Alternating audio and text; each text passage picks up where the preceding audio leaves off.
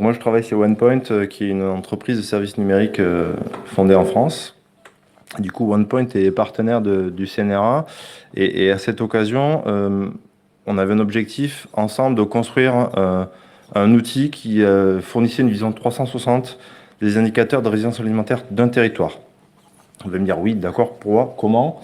D'une part, c'est de se dire, il y a déjà des données qui existent, il y a déjà des choses qui ont été faites par différentes entreprises. L'objectif, c'est de valoriser les données existantes, qui existent de différentes sources, que ce soit l'INRAE, l'agence bio, l'Agrest, l'INSEE. Agréger ces différentes sources, les centraliser pour produire des indicateurs clés. Et comment? En utilisant notre plateforme Provoli, qui est une plateforme qui a été développée par OnePoint, qui permet un pilotage centralisé des données.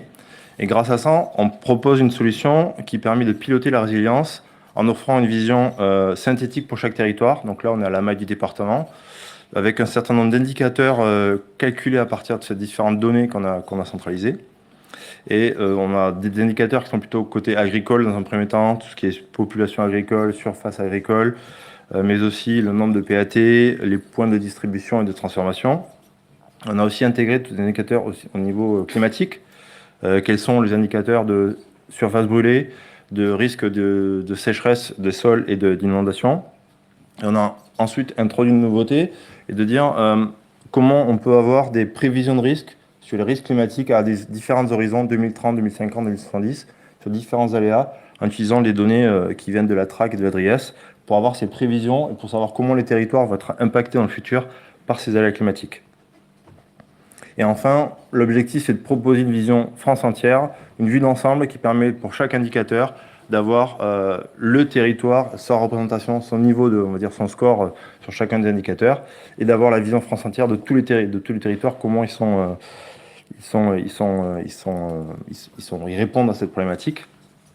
Aujourd'hui, les travaux sont en cours avec le CNRA.